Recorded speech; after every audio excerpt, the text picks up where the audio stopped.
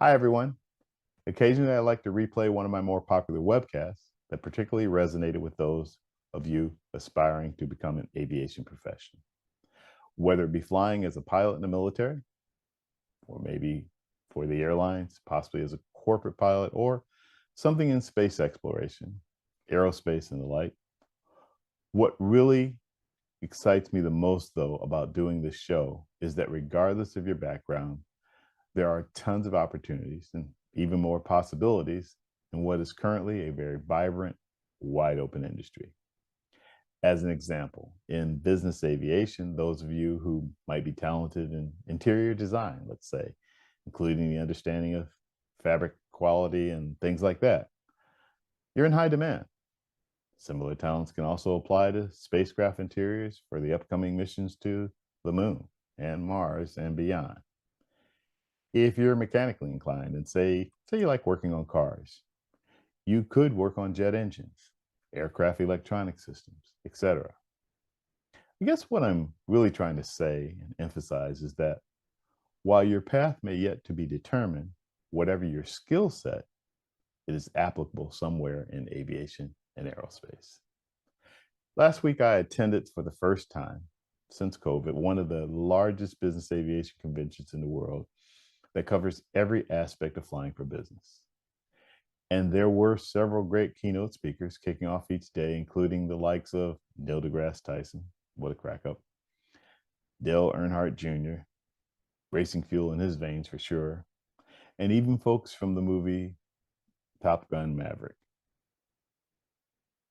And they were all incredible, but the highlight, the one who garnered a long standing ovation, was retired Southwest Airlines captain, former naval aviator, go Navy, and current author of Nerves of Steel, Tammie Jo Shults. And even though I have seen Tammie Jo speak at previous events about that ill-fated flight that she and her flight crew saved, watching and listening to her on this occasion, I was so moved, I was inspired to repost the podcast of my interview with her last year and replay the webcast version today. So please enjoy this encore presentation of Captain Tammie Jo Shults.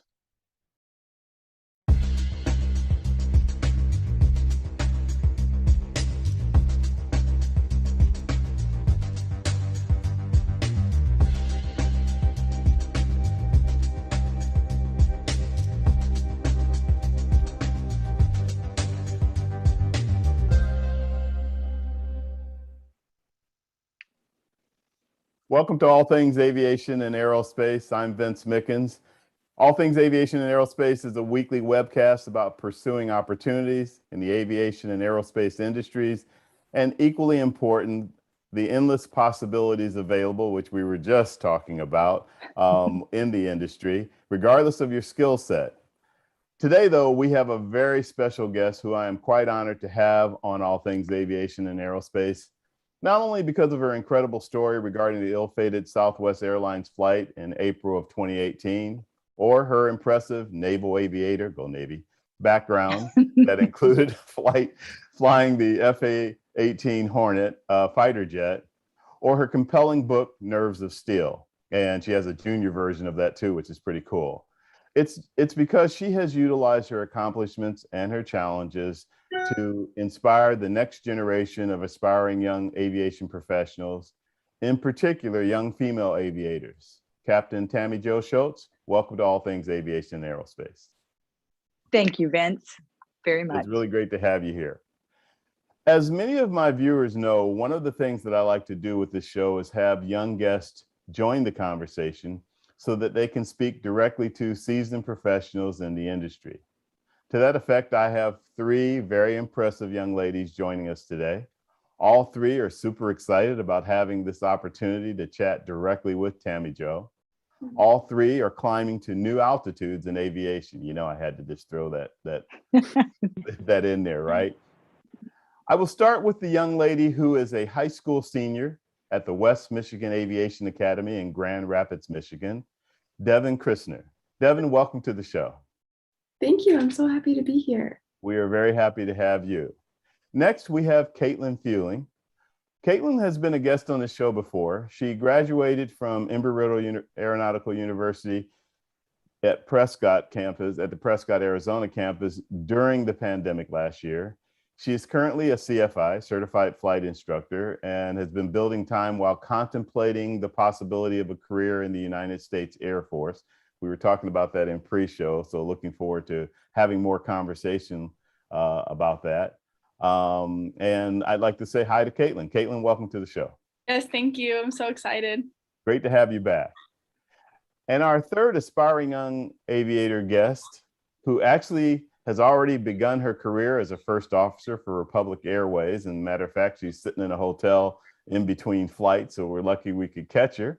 Not too long after she graduated from Embry-Riddle Aeronautical University in Daytona Beach. And we are really happy to have you, Dakota Foster. Welcome to the show. Hi, thank you so much for having me back again. I'm super excited to be here today. Well, we're all excited because we have Tammie Jo Shults on with us, and Tammie has a wealth of history and information and experience in aviation. So it's really going to be great.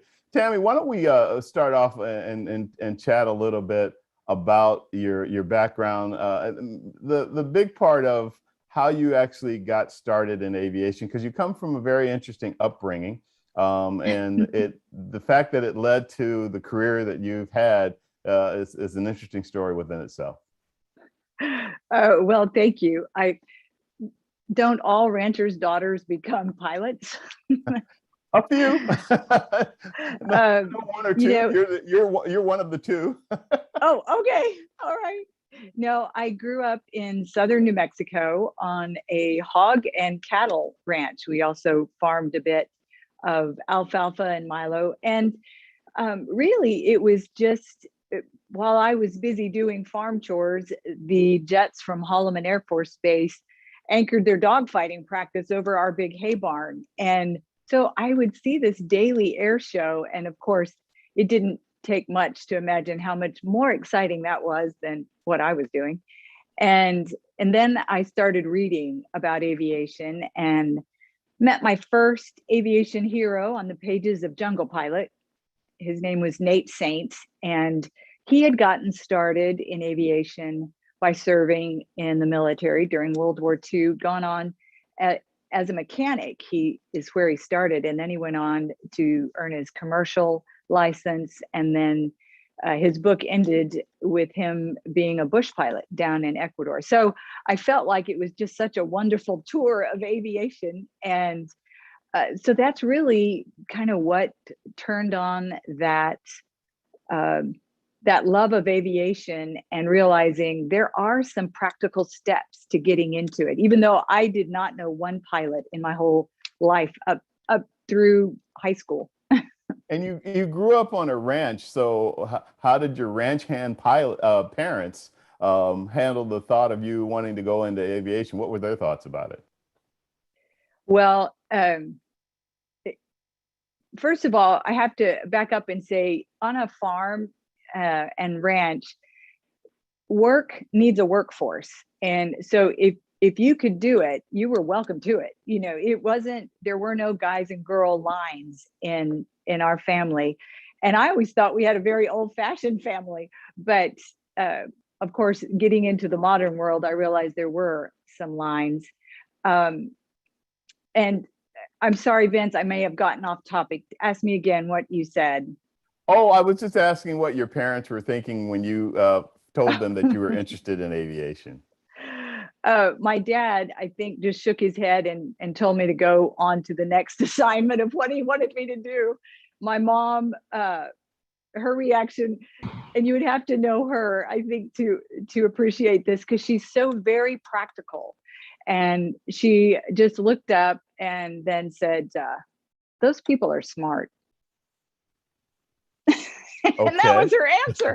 And but in truth, her comment was really, she didn't know anything about it. And it was not a world that she had lived in or knew anything about. My dad hadn't flown. I think he flew maybe 1 or 2 times whenever he joined the military. And then had an appendicitis and that disqualified him. So really they kind of ignored it for a while because they thought, oh, she'll have another thought next month. It was hard for them to relate to, is what you're saying, really. Absolutely. And so your mom's saying that those people are smart. Really, she's saying that's a really sophisticated career. I think that was it. I try to take that as hard to heart. I don't think she was saying, Tammie Jo, that's above you. Well, we know that because we know how smart Tammie Jo is with all of the accomplishments that you do. It sounds like, though, that your upbringing set a nice foundation for what you were about to have to deal with as you moved further towards a career in aviation. One of the things that I will always be grateful for is having chores from as early as I could remember, because chores are part of that problem solving that we need for any occupation, any vocation or career. And if you don't have problems, you'll never learn to solve them. So having hard work, learning the joy of hard work early is something that I can lay at the feet of my parents. Yeah. So we all a lot of us have heard a lot of your background and your story. One of the things that we've heard about, and I've specifically have heard and read about and heard you talk about, is the challenge you had when you decided you wanted to be a military aviator. Yes. Career day was the beginning. It was kind of previews of coming attractions, I'm afraid. I arrived and was so excited because years before I had started reading and collecting things about aviation and wanted to do that. And I went to the career day, and the colonel in charge, his first question was, "Are you lost?" And when Wow. I said, "No, sir, I signed up for aviation," he shook his head and he goes, "This is career day, not hobby day. You need to go find something girls can do." Wow. And I just took the closest seat that was empty, not out of defiance or courage. It wasn't our school. We'd bust into the big sophisticated town of Alamogordo, New Mexico, and our buses were locked. I had nowhere to go. But as I listened, I was just kind of in wonder. It was enchanting. It was even better than the books had made it out to be. And but I left there, talked to my guidance counselor to see if maybe he was mistaken. She agreed with him, and I went to school and studied something different. So that was kind of my start. And it did take. I met another pilot, and she was getting her wings in the Air Force. So I felt like, all right, somebody got under this fence. I might as well try. And the Air Force recruiters said no. I waited for somebody else to get behind the desk and went in and asked again. And they said, "No, we don't need girls." And there was just plain no explanation, just no. Well, no, we don't need girls. They were advertising in the paper that if you had your 4-year degree and you wanted to fly, the Air Force wanted you. So I cut it out of the paper and took it with me. And they said, "We don't need girls. If you have a brother that wants to fly, bring him in, but don't come back." So that was my third trip to the Air Force recruiter. I went to the Army recruiter, and he said, "You're not a fit for us." And a girlfriend of mine from college who had gone into the Air Force as a nurse, she said, "Tammie Jo, try the Navy." And I was kind of laughing because I'm from New Mexico. You can't get more landlocked and less water than New Mexico. And ships were not my love. And she goes, no, they have carriers, they have aircraft. So I went to the Navy recruiter. They at least let me take the test. And it would take me 3 different Navy recruiters before I found one that would process it. And then I got into the flow of military aviation, and boot camp began. And away you go. And fast forward, you had a chance to do some carrier landings. Did I have that right? Yes. Yes. In the Navy, if you go, there's primary, and then out of primary, you get a choice, but also it's needs of the Navy. And you can either go helicopters, propellers, or jets. And I had the honor to go jets. That was my first choice. And in T2, we did a lot of, instrument familiarization, formation, things like that. But one of the things that we did in T2s was go to the carrier. And everybody knew if you were a Navy jet pilot that you were going to go to the carrier a couple of times in 2 different aircraft before you got your wings. But what they didn't tell you was you're going to go solo the very first time you go. And so that was kind of eye-opening to us students when we learned that. The joke was that there's not enough money to pay anyone to be in your back seat, your first trap and catch shot. But truthfully, the Navy was wise in what they had learned. And that is, when you go, you need to not be thinking about what your instructor is thinking about what you should be doing. You need to be thinking about what you should be doing and keep that decision loop very tight, because your attention to detail is your safety net. And we'd practiced hundreds of carrier landings at the runway before we went. So we had all the mental and muscle memory that it took. And then group psychology takes over and you think, okay, they've done it hundreds of times before, and I've been in training with these knuckleheads and they've been in training with me. So if they can do it, I could do it. Yeah. The thing I got a kick out of before we got started with the show is that you immediately, when you came on, and the fact that we have 3 young ladies from at 3 different levels, one finishing up her last year of high school, one recently graduated from an aeronautical university, and one that's been out for a few years already flying. And you went right into a kind of a leadership professor mode. It's like, oh, well, let's talk. Let's talk about each of your careers. So let's transition into that and talk about and talk with the 3 young ladies about what they are doing. And I'm gonna reverse myself on it. I'm gonna start out with Caitlin. With Dakota. Dakota is currently flying for Republic Airways.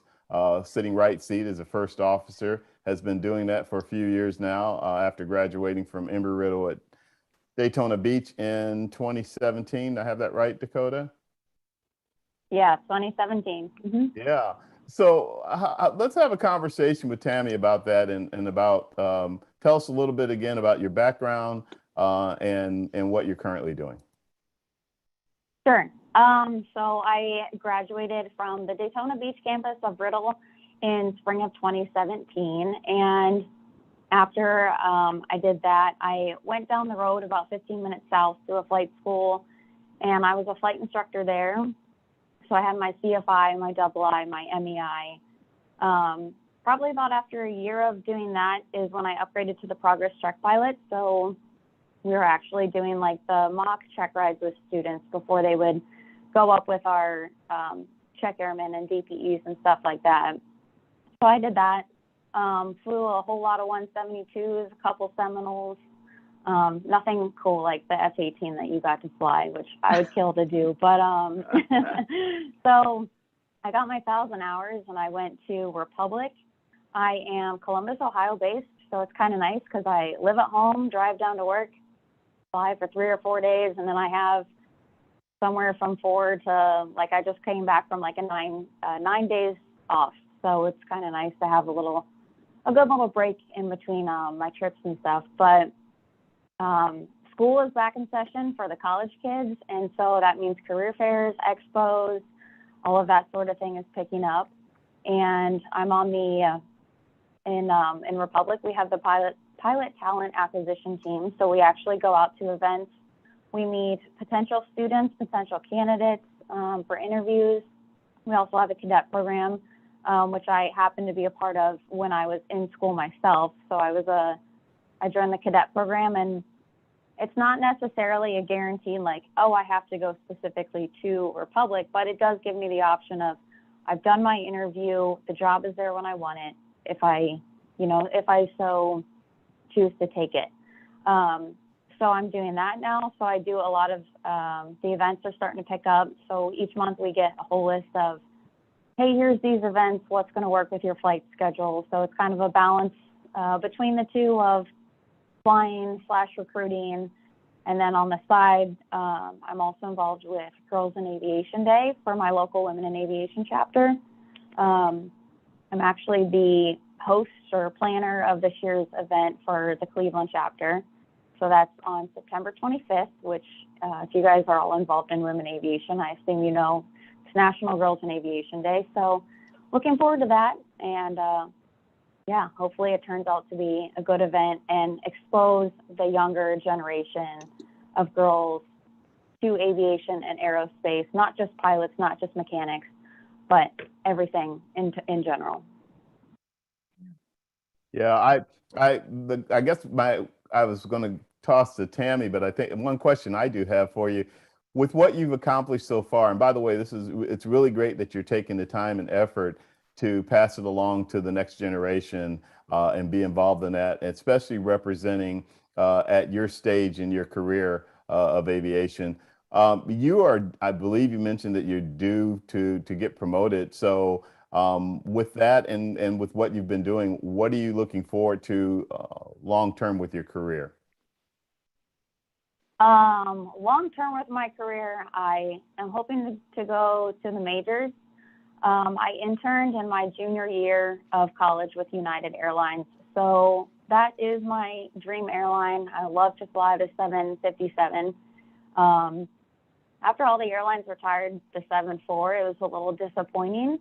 The Queen of the Skies, I feel like, was kind of everyone's like, wow, like that's the goal. But she's since retired, so the 75 is my dream. But I'm also not going to put all my eggs in one basket either, because this last year has proven how our industry can be. And everyone always says there's one thing in aviation that is constant, and it's change.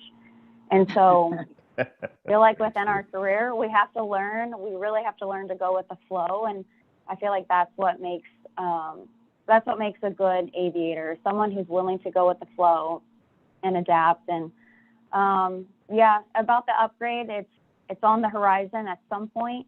I'm eligible. No pun intended. And kind of, yeah, no pun intended. It's on the horizon. Kind of just holding off just a little bit longer. I really enjoy my quality of life. I have 16 to 18 days off a month. So, you know, when I do upgrade, that means that I'm going to take a little bit of a hit when it comes to quality of life. Comes with a pay, you know, a little bit of a pay upgrade, which is cool, but I don't chase this job for the money. I chase it for my passion and for my love for this job.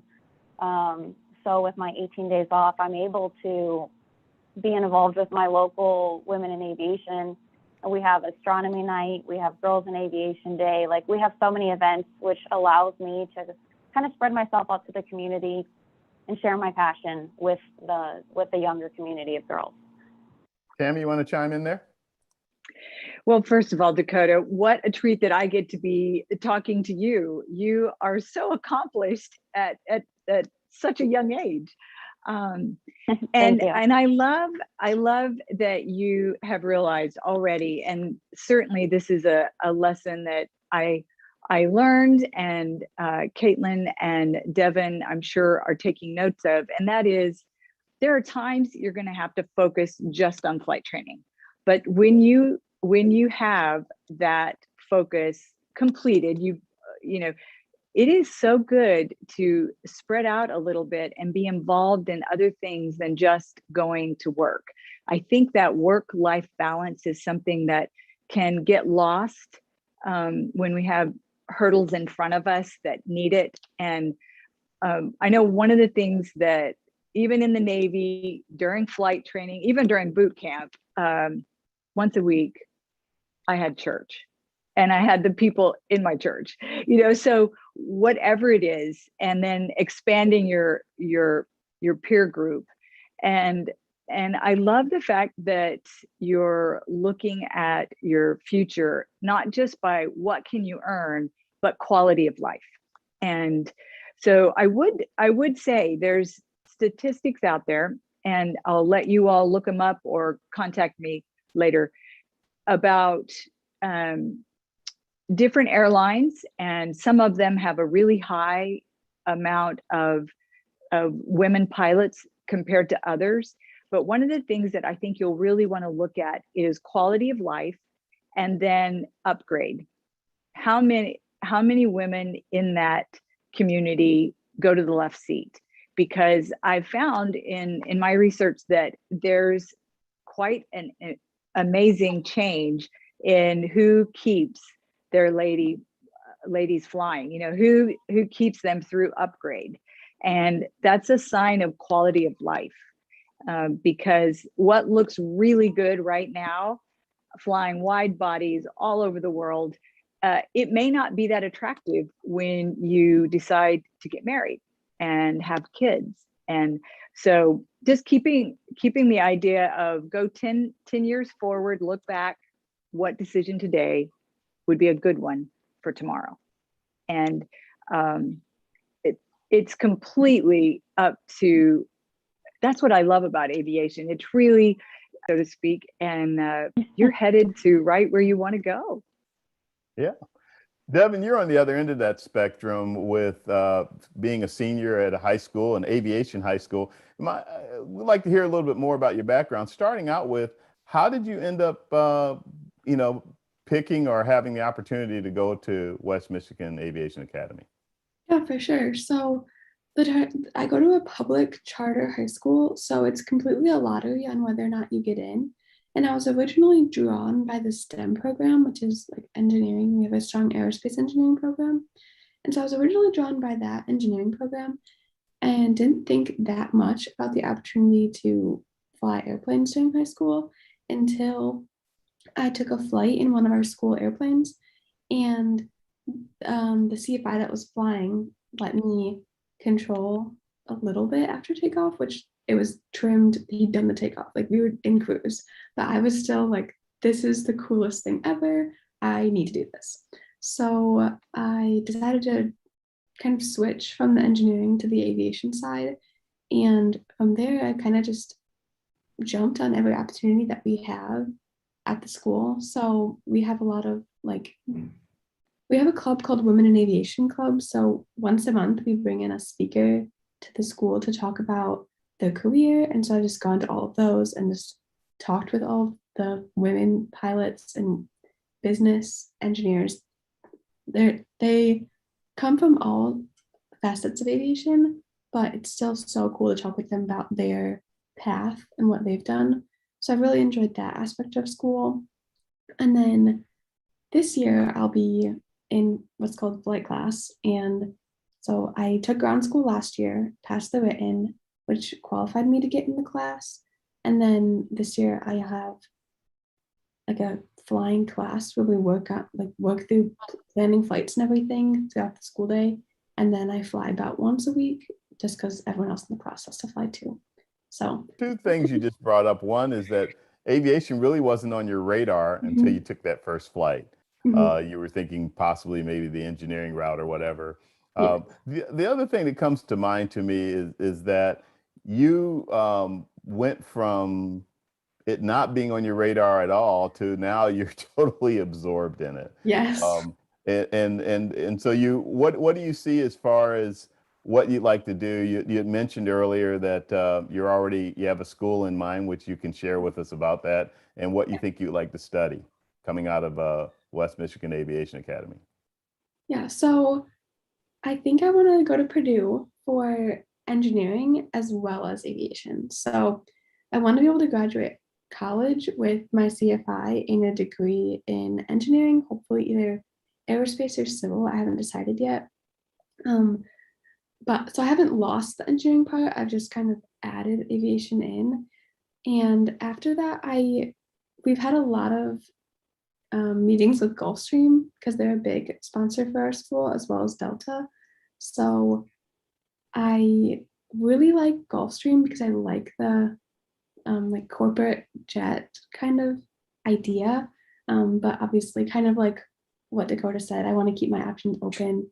I also really like flight instructing. We have an RC club at school, which is like, it's the plane right there. We fly them inside in the gyms. Yeah, So, as a matter of fact, aren't you now president of that RC club? yes, I am. That's really cool. How did you get into RC flying, by the way? And for those who may not be familiar, radio controlled. so at school we can't start flying until senior year, but after that first flight, that was my freshman year, I was like, I need to get into aviation right now. What is open that I can do as a ninth grader in high school? And the answer was RC Club. So I started flying in February of my freshman year, and I soloed in May. And then I went to like a specialty camp for a week that summer. And like, then I got back from camp and learned how to be a CFI, which was a completely different experience than like being taught to fly and then teaching someone how to fly. So all went pretty fast. But that sophomore year, I started flight instructing. And then from there, it just, I guess my students were very kind and always very exemplary and like said that I was a really good flight instructor. So then I just got more and more involved in the club and was elected last year as president. Has your involvement in RC flying or radio controlled flying helped you with your studies and towards your goals of becoming a pilot?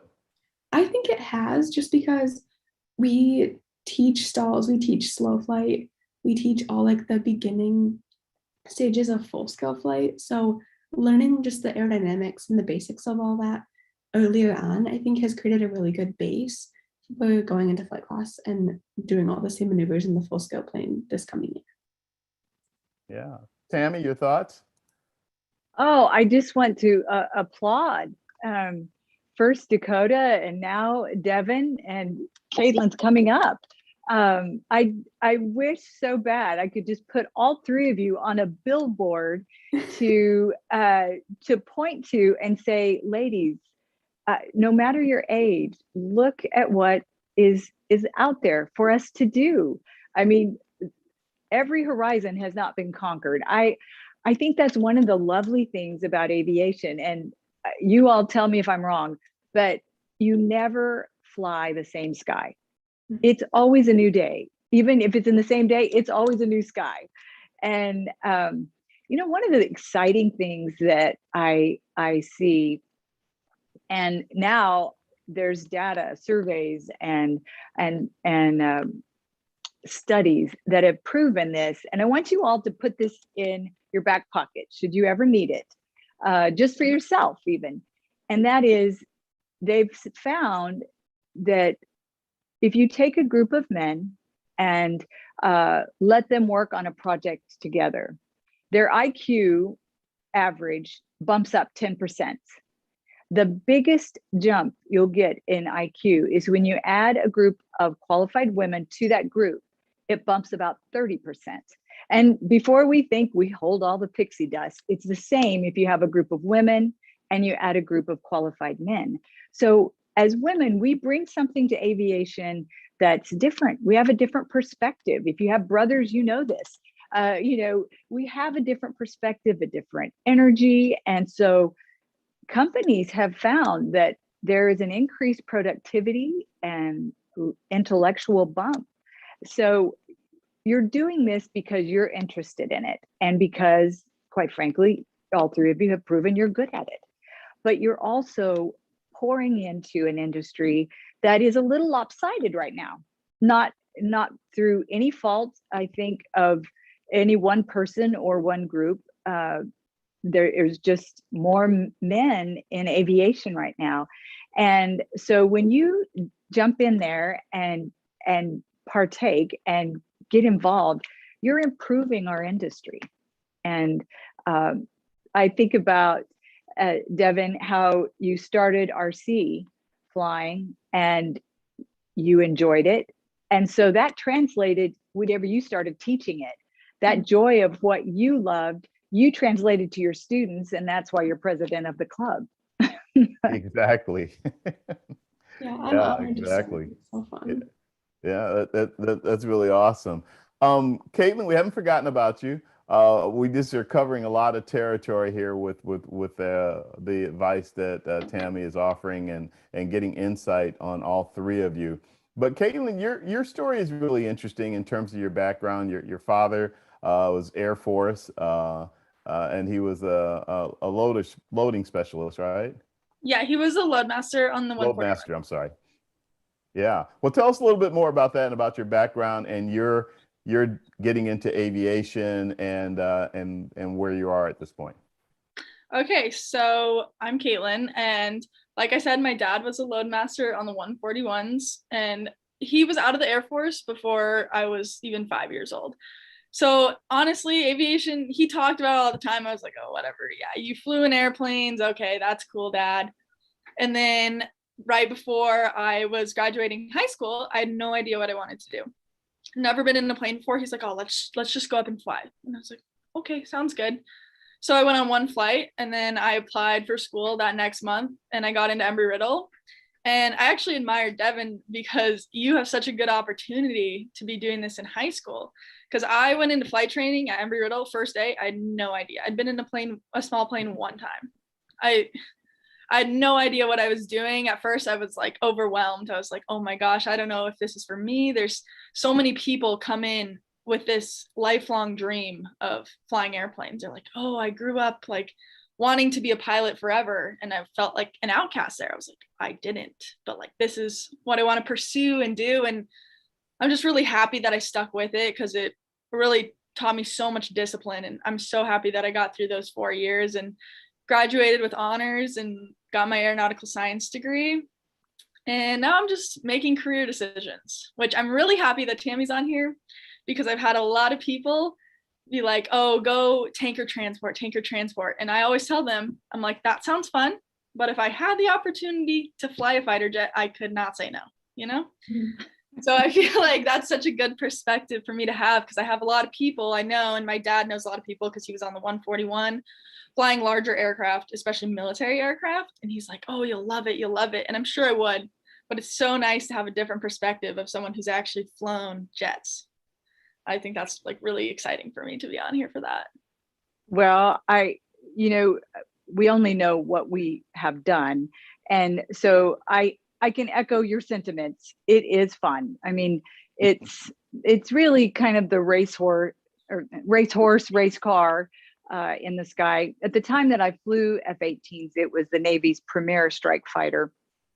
And girls hadn't been flying it. I mean, I was in the first class that had one other girl, Pam and I. And before that, I flew A7s. And then even in training, I flew the T2, the A4, and went to the boat, dropped bombs, strafed. And those are all things that they are fun experiences. I have to admit. It also is just a slice of aviation. So I've known ladies that flew, whoops. Oh, I'm sorry. I had a low, a low battery signal, and I apologize for that. But there's certainly, if you have the chance, and one of the things, my son, who is kind of in that area of trying to decide what he wants to fly. He's in the Air Force Academy, and he hopes that he gets chosen. Sorry, I'm going to plug us in here so I don't completely go offline. He hopes he gets to fly, and his attitude is, I have a preference, but quite frankly, if I get something with a pointy nose, great. It'll be fun, light my hair on fire. If I get something that's a wide body, then I'll have a crew, and a crew is fun. Yeah, I can that's say my thoughts too. Yeah, and you'll fly all over the world. Exactly. You will have, and having flown in the Navy, attack and strike fighter, and then flown in Southwest Airlines, I will have to tell you, it is even Steven on what was more fun. I mean, obviously there was tactical stuff in the F-18 and the A7 that was so much fun. But the crew every day was a fun dynamic, playing pranks on each other, just having a good laugh about different things that happen in the day. It's a fun dynamic. So Dakota is in that dynamic right now where you get to, enjoy the crew concept. And when you move to the left seat, I will tell you, it bumps up the fun because you set the tone. And you know what the tone is before you ever get there. And I think there's there's a lot you can learn from your good captains. There's a lot you're going to learn from your bad captains. And I would take notes. You know, one of the things that I would say that helped in the crew area was, if there's something just small, whether it's taking chocolates or a tray of coffee, if it's something that you can let your crew know before you ever get there, that you care about them, that you thought about them before you arrived, people trust people who care about them. And when you have that, then you have a cohesiveness that you can go forward and face problems together with. Caitlin, I would highly recommend the military. It's you'll look at the requirement of years that you owe them once you go through flight training, and I would tell you those are years that are not a punishment by any means.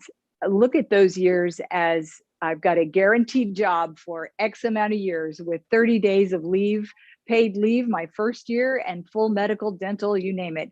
There's not many jobs out there that provide that.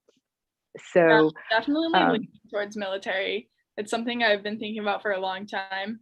It's more of making connections and deciding exactly what path to take.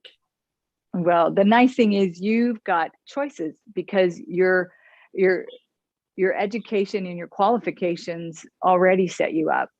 I think Dakota wins in the III category of having so many instrument qualifications or instructor qualifications.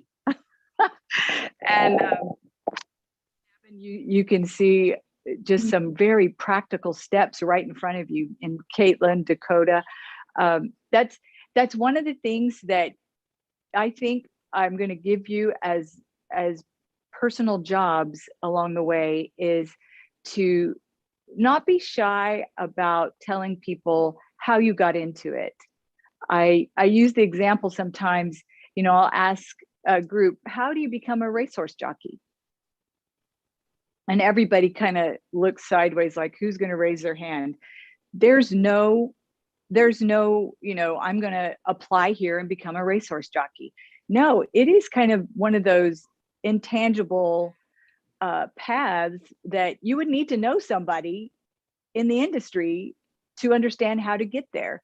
And I think sometimes becoming a pilot or an air traffic controller or different things like that, it requires kind of a guide. So, thanks for all of you, the way that you volunteer already. That's important in our industry, and especially for young ladies. Yeah. One of the things I wanted to point out, that's something I've heard you talk about before, Tammie Jo, and that is, as much as you're talking about the opportunities, particularly for women, and the challenges that women may face, you have said that you've had some great male role models in your training and in your different commands that you've served in. Can you expand on that a little bit? Sure. I first of all, just having a dad that treated me equal, kind of set the stage. So that was what I considered a norm. And brothers that were the same, had the same attitude. So having that certainly helps. And then whenever I got into the military, my first instructor was a Marine instructor, and I'm sure he lost the Rochambeau of who's got to take the girl, because there was only one a year basically that went through flight training there in Corpus Christi. And he was such a gentleman and consummate aviator. And so my introduction into aviation really was from Captain Rick Costin, United States Marine Corps. And so when I went on and had some pretty harsh rebuffing, why I always had that background to realize, okay, that isn't the norm. And, sometimes their aviation skills might be great, but their manners had slipped. And I could just remember, no, that's not the real attitude here. That's not the professional attitude, and move on. And then in T2s, and I had an incredible skipper, Fred Grant. We still keep in touch. And then in A7s, whenever I checked into my first fleet squadron, I had a great skipper. But going back to the ones that were not so great, it really underlined that life lesson, which I think probably you ladies have already seen and learned, but just to put it in words so that we remember it. And that is, never let an offense get in the way of a great opportunity. I think it's so easy to feel like we're the only ones that are facing this, or that we're the only ones that are getting kind of professionally slapped around a bit. And it's not. And when we can remember that the path that we carve through that, it's open for people behind us. So we do want to be careful how we open up the jungle, because it takes a machete sometimes to cut the weeds back. But we certainly want to leave it in a way that the people coming behind us have a great path. And I think that just realizing that what we do when we think nobody's watching, we do have an audience. And I think about Southwest Airlines. I faced some real rebuttal at Southwest Airlines, not because of Southwest. There was just a bit of a culture war in the cockpit going on in America. There had been a number of things. Crew resource management was just coming on board. So the captain was no longer king without a Magna Carta. They wanted everybody to have a voice that was in the cockpit. That's why they require you to be qualified to be in the right seat of the cockpit. And there was women were now being able to fly tactical or combat aircraft in combat missions, and that anytime there's change in the horizon or that has happened, it unsettles everyone. So people feel a little more at ease in expressing their opinions or acting on them. And so it's a pretty ugly time for women in aviation, not just in the military, but in commercial aviation. And there was a gentleman, there was a number of them, but one that stands out is Jim Rice, Captain Jim Rice. He was the senior check airman, I think, in the company. He certainly became that. And he was just such a gentleman. He had a daughter that was an architect. So she had kind of fought some battles there, and he knew what that was like. And he just made flying what it should be. It's fun. It's meant to be fun. And if it's not fun, there's something wrong, either with the aircraft or with you. So, the people along the way, especially we ladies, I think sometimes can forget that it was men that unlocked the doors for us to get into aviation. We still have to push hard sometimes to get them open, but we certainly, it's not an us them. It should not be. Well said.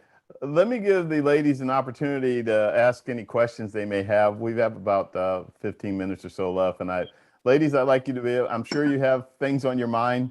This is a rare opportunity for you to talk directly with Tammie Jo, so have at it. Anybody?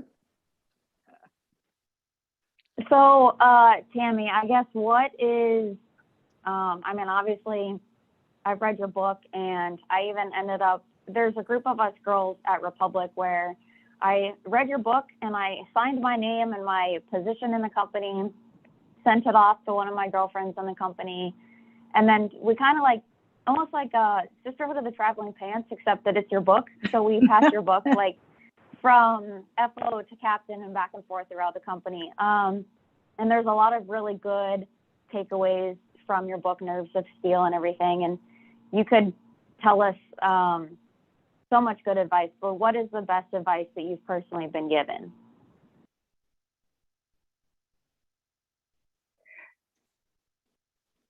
I'm trying to think the advice that I've been given. I would say one of them that I think about is what I've read advice that I've read, and that is, to those whom much is given, much will be required. And I think everybody on this screen has been given much. You've had to work for it. You've had to work hard. You've had to root out some details to find that rock that's steady in the river to get across. But with that ability to do it comes a responsibility to pass that on. And I think everybody here has instructed. So you really didn't know your subject until you taught it. I think about whenever I did carrier landings in T2s, certainly made it on board without boltering and made it off. Then in A4s, same thing. And then I circled back and I taught carrier landings for about a year. And I don't think I knew how to carrier land really until I taught it. And I didn't continue in carrier landings because at that time women were not ship-based. I went on through tactical aircraft, but that time swath in carrier landings always makes me shake my head and think, I only thought I knew how to land on the carrier until I started teaching it. And that coupled with don't let offenses get in the way of opportunity. We live in a time that would let us think that we're all victims, that it's so easy to take offense on whether it's a pronoun or a statement of faith or what political party you're a part of or endorse. Those are things that should be able to be discussed with some relish when you meet somebody with a different opinion. I've always found it interesting when I sit down.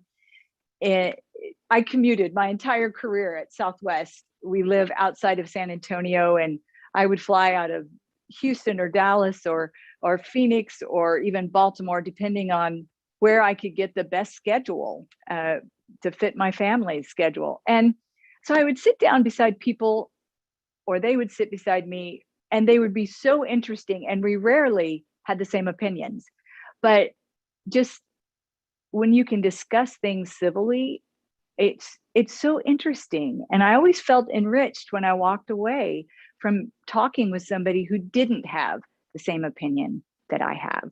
So I guess those two, maybe I expanded to three things, would be what I would put in a nutshell to hand off. Caitlin, I'm sorry, Devon, actually. Devon, you're about to go and you're starting your senior year in high school, finishing up. Anything you'd like to ask Tammie Jo about as you get ready to finish up your high school and head off to college?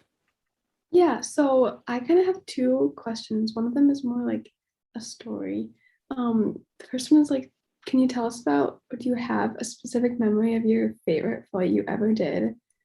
Or my second question is like, what advice, kind of like what Dakota said, like what is the advice you have for someone starting out in the aviation industry and like wanting to get a fulfilling and long career out of the aviation industry?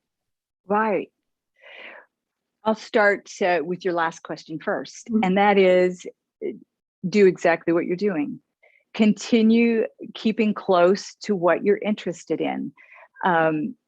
Ask questions and try to have a diverse group of aviation input. So talking to people like Dakota and Caitlin and other pilots that are in it just ahead of you, and see, what is the temper of the atmosphere right now at Republic Airways, instructing. And that way you get to kind of have these reconnaissance ladies and gentlemen ahead of you to know. And then like myself, it was 36 years ago that I got into aviation. So I can have a long range perspective for you.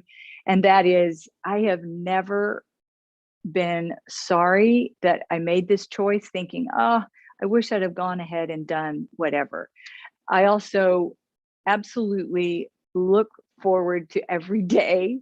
I retired from Southwest early, about a year ago. this month, just because there were new projects on my horizon that I couldn't do both. And it's something that, you know, I've done military, and then I flew over forest fires for a summer. Absolutely fun. And then Southwest, and now I fly our own aircraft.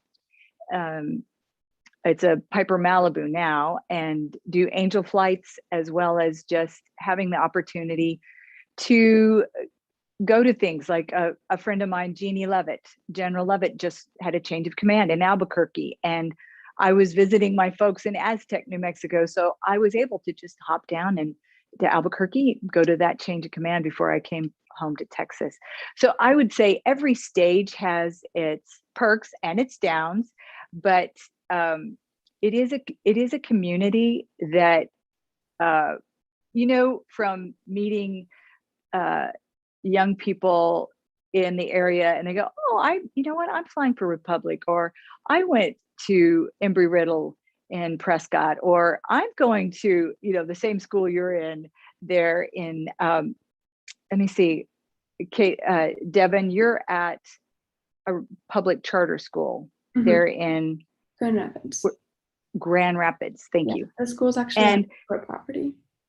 Oh, excellent. So, you know, whenever you meet somebody in that group, you already have this kind of common camaraderie already going. Well, put that whole umbrella over aviation, and you can walk up on any airport in the world and start a conversation with somebody with, what do you fly? What do you do here? And they like what they do, so they're happy to talk about it. And then they want to know about you, and you've got your own story. So it's a great community. What was your first question? I apologize, I've forgotten. I just asked, like, do you have a specific favorite flight, or like a time that you recall that you had a really awesome experience flying? You know, question, go ahead. Yeah, I will say, I remember my first, there's so many, but my first solo in the Hornet. And it was an aircraft that wasn't even on the horizon for women to fly when I got in. And I didn't set my heart on it, because I'm a little bit of my mom's child as well as my dad's, and I'm very practical. You know, if that's not within my horizon to do it, I'm not going to beat my head against the wall and waste time. I want to do what I've got in front of me with excellence. And if something else comes within grasp, I'll certainly, you know, throw a grappling hook out to get it. But I'm not going to beat my head against the wall for things that aren't mine to have. So when that opened up, that was just pretty awesome. And there was a lot of, I would say, there was a lot of turbulence in the Navy at the time that I got started in F-18s, the squadron skipper, XO, OPSO. None of them were happy to see Pam and I there, and nor were we made very welcome.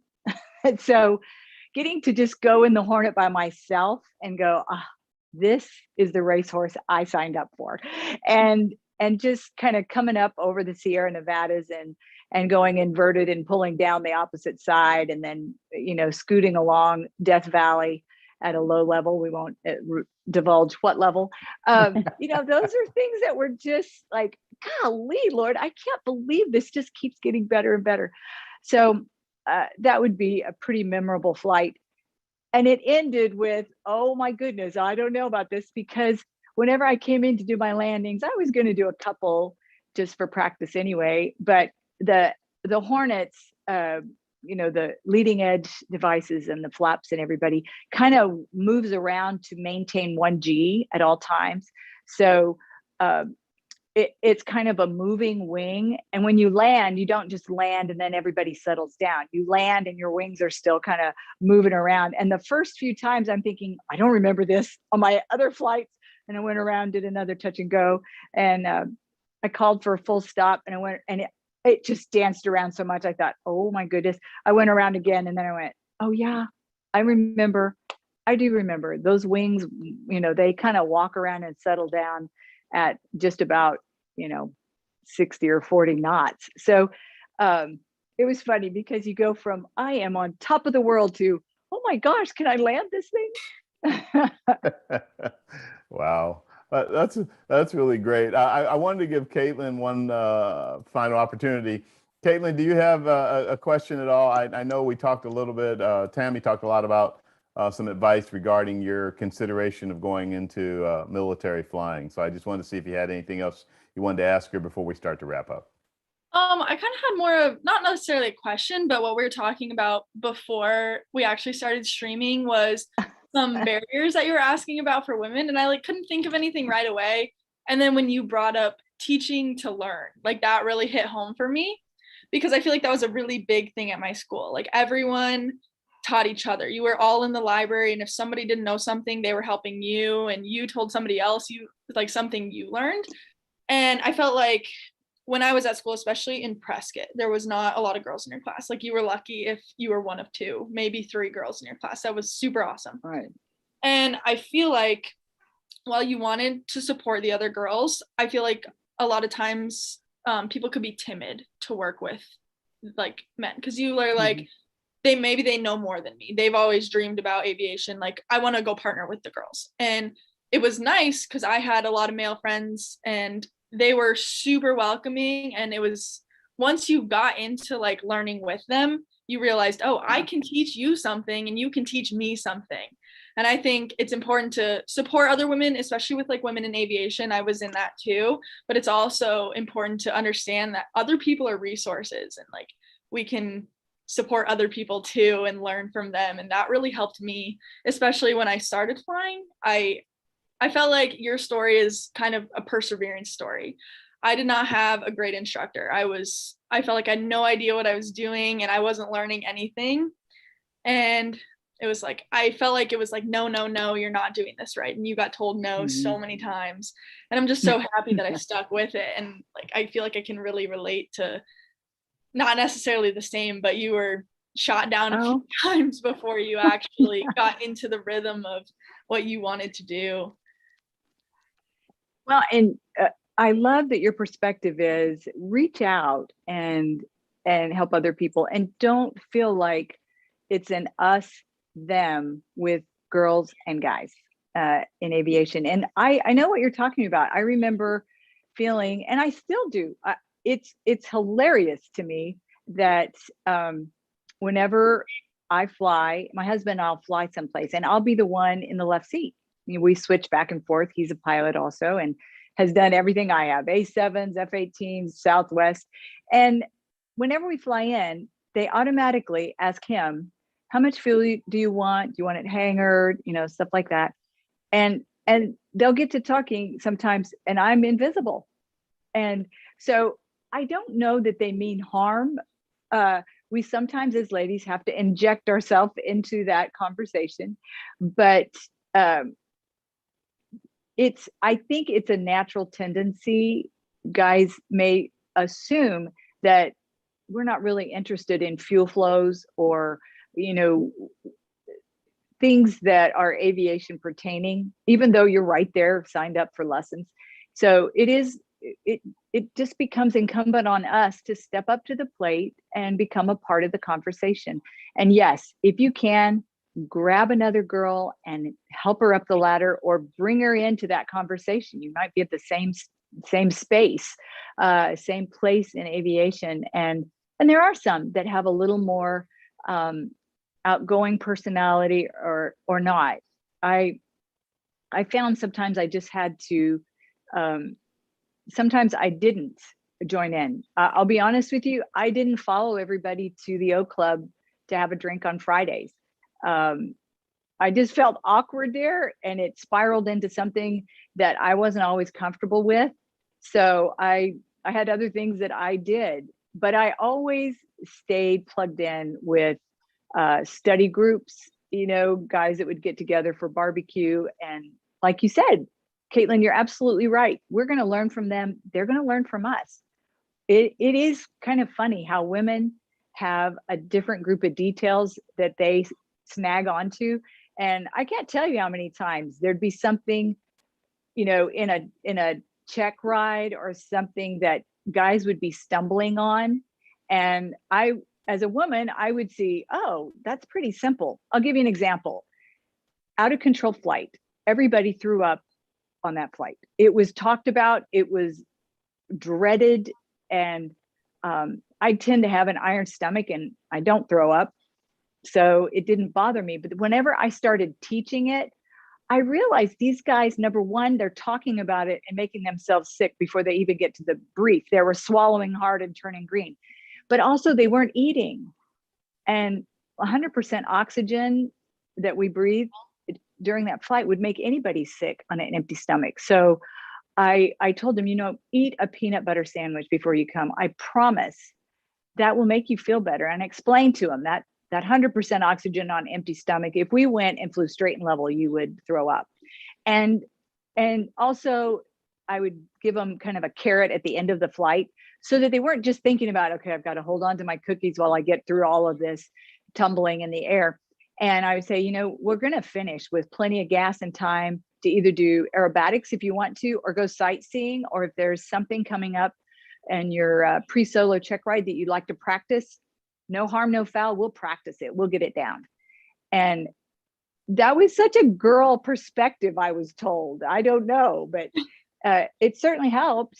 So you have something to contribute. And Dakota, I wanted to tell you, if your Republic sister would like to get together for a book club, let me know, and we'll Zoom a book club.